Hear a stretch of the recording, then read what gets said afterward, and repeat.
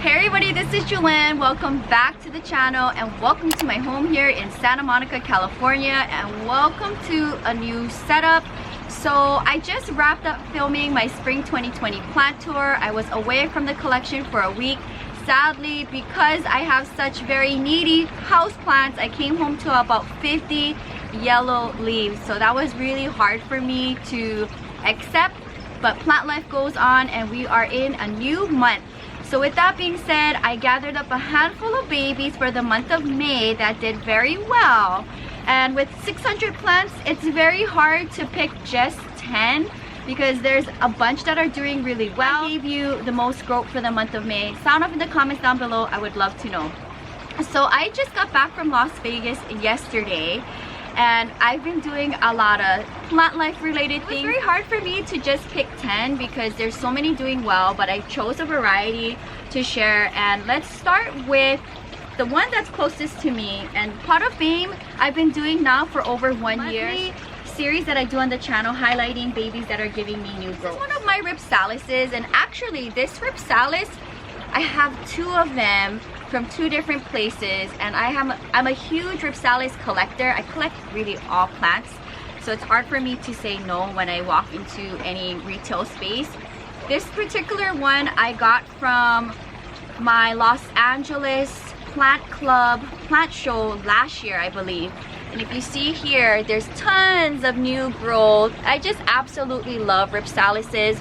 I'm probably willing to take a few cuttings from this mother plant and my other ones. So if you guys are interested in Ripsalis cuttings, reach out to me. I know a bunch of you guys had purchased a lot of Ripsalis cuttings for me, so it's fun to see the plant babies travel, but very fun. This one lives on my kitchen counter area with a few other Ripsalises that are on the rare side. So I wanted to highlight this one, and I have it in a square planter. I believe I might have got this one from downtown LA. So you'll see, I'm trying to think. A bunch of my Ripsalises are in white planters, if you know that's my aesthetic. If not, they're in terracotta. It's also nice, guys, to kind of switch it up, to be able to have all the plants gathered, and I just go down from one end to the other, because Pot of Fame lately I just been kind of just showing one plant at a time, but it's nice to see them ganged up as we go along. So here is my Alocasia lowrider. As you see here, lots of cute growth. Look at that leaf unfurling, it's so cute. And then if you look deep into the planter, I'll come up close so you can see, there's a little baby there, so cute. This particular Alocasia lives by my fountain, so it has nice humidity, has that dapple sunlighting, and it lives near my ferns. So shout out to my Alocasia lowrider. This one is a finicky one. As you can see, it's not that full. It was actually a lot fuller when I purchased it, I want to say sometime last year. Now, living very nearby, my Alocasia lowrider, one of my prize ferns. This is my blue star fern, and this thing, guys, is just like, it's goals. I love it a lot. I'll bring it up close so you can see. So this is all new growth here. So cute. These are new growth here, so you can see inside of the planter. Take a look at that. So very fun, muted, like silvery blue foliage. So comment down below if you have the blue star fern. Is it doing well for you? This thing is tucked away in the corner with a few other ferns, like my Boston fern and my asparagus ferns, and they just kind of all hug each other right by the fountain, and I just love that aesthetic. So doing really, really well. I mean, if I could, I would have one more somewhere in my space. I would definitely repurchase this plant, but it's very finicky because one little break in the leaf and that's kind of it for this one. Is kind of unsavable, so I try to be very careful whenever I style the plant. Here's one that I recently put back into a planter for spring 2020 plant tour, and this is my Peperomia Guinea. It's very similar to the red edge, except this one is variegated. This is my second repurchase one, and actually it was a lot fuller, and as you see, this is a very hard plant, well, for me to take care of. But if you look here, every section has new growth, so hopefully having the dapple sunlighting in the patio, it'll like living in the patio. It's been living in the greenhouse for most of the year. Ooh, here's a fun one right here. So this is my big Bertha Tradiscantia. I consider him rare because really I don't see him for sale. Special Tradiscantia, as you can see, it's fuzzy, it's big, lots of new growth. And here's like, look at this leaf here unfurling. Super, super cute. And then if you look on the back side of the trails, if you see here, it's like purple and green. Oh, this thing lives in my bathroom with a bunch of other Tradiscantias doing really well. I have it hanging in a macrame system, and you will see this. If you haven't, check out my Spring 2020 plant tour. I have not edited that video yet, but it will be up prior to this pot of fame, so you can see this living in my bathroom plant tour. I want to say this is a Thanksgiving cactus, or it could be a Christmas cactus. I'm not sure. Sound off in the comments down below. I don't purchase these, but I have gotten them gifted to me. So I have a bunch from my subscriber in Temecula, which her particular like holiday cactuses are golds and they bloom a lot for her, which is super, super special. But this was gifted to me from my plant friend, subscriber, client Sonia. You guys seen her on the channel, and I wanted to highlight this one because of all of the new growth.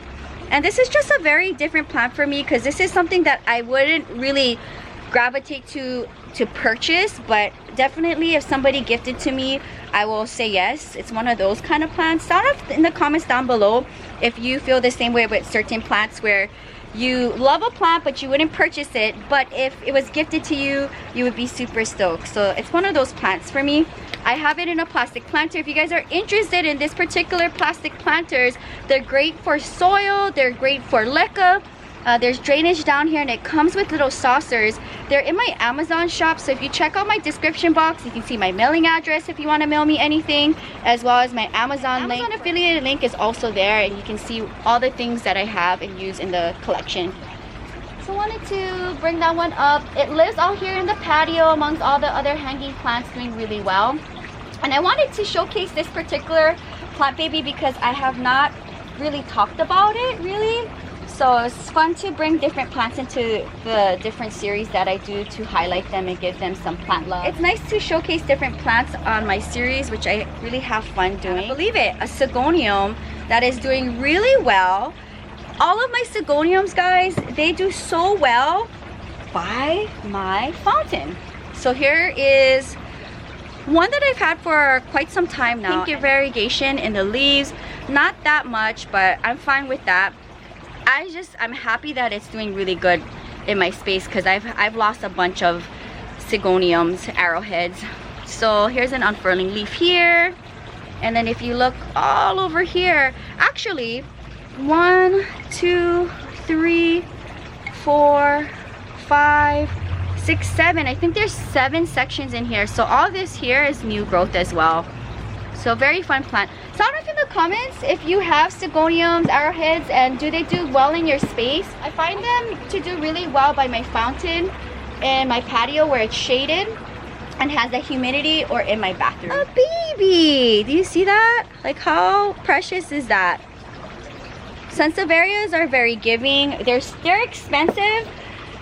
For certain Sansevierias, they can get very expensive, but the cool thing is that they're easy propagators. To bring up my Philodendron silver sword, I just sold a cutting, and that was the first time I ever took from the plant. So that really, like, I could feel that in my plant heart when I took a cutting from it. This is very rare and a very expensive sought out plant. I have several different sections in here. I would sell off one rooted section if anybody's interested. Otherwise, I will keep this whole thing and I will keep growing it in my space. So if you see here, there is a new baby unfurling right here, which is super, super cute. This is also a new leaf here. Let me spin it around. I keep my moisture meter in it because this is one of the plants I like to just always keep track of. So here's another unfurled leaf that just opened up for me. So doing really well. Whenever I leave my collection for several days, this will come out into the patio and join my bigger houseplants. But otherwise, this does live in my studio where it gets natural lighting at some point during the day. I have to sit down for this one because this one is super special. This is my Hoya Multiflora. If you watch my lives, you would have seen the Hoya Multiflora in bloom, and I'm actually preserving the first set of blooms, and so far I did step 1 and it's dried, and I would like to do my second type of preserving my blooms. And I've been getting into resin, and it's been fun, and I'm learning a lot. I've done only 3 pours, not perfect, but I think when I pour again, maybe I'll pour today. I would like to say it's going to be probably the best pour, but nonetheless, the reason why I wanted to showcase the Hoya Multiflora, which by the way, I have rooted cuttings from this mother plant. If you're interested, I have a few of them in my greenhouse growing. So if you love Hoyas and don't have the Multiflora, reach out to me, Planting with Jewelyn, on Instagram on a direct message, and I would love to be able to help you grow your collection. So here, take a look at this.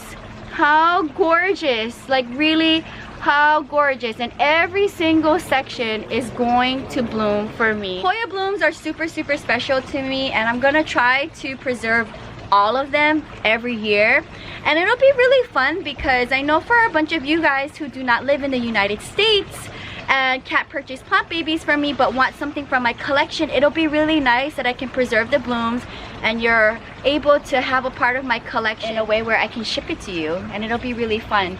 So that is going to wrap up this past month's Pot of Fame. We're well into summer. Summer is pretty much here for us here in Southern California, and it felt like summer for like the past month now, and it's just been interesting staying with the collection for 2.5 months. And when I left the collection, guys, for 1 week to go to Las Vegas, I had a really hard time. I was actually sad closing my gate and saying bye to them because I knew there were going to be a handful of plants that were not going to be happy with me leaving for a week. I really feel upset and hurt when I lose a leaf, but with anything else, I do get so many beautiful new unfurled leaves in return. So I hope this inspires you. Let me know in the comments down below what was your favorite plant for Pot of Fame for the month of May. I cannot believe it. We're already in June, and by the time you see this video, it'll probably be July. So sound off in the comments down below. What was your favorite plant? What plant gave you the most growth for the month of May? I would love to know. And again, I do have a few of these plants here that I'm willing to take from my Hoya Multiflora. I'm propagating it in my greenhouse, and I'll keep the channel updated when these bloom for me and when I take them and try to work with them with preserving them. So hope you found this video inspiring. If you're new, welcome to the channel. Subscribe for daily uploads. I give a video each and every day between both channels. You can find me Monday to Thursday on the main channel and Friday through Sunday on the vlog channel. So I'll see you guys soon. Until next time, aloha from Santa Monica, California. Bye!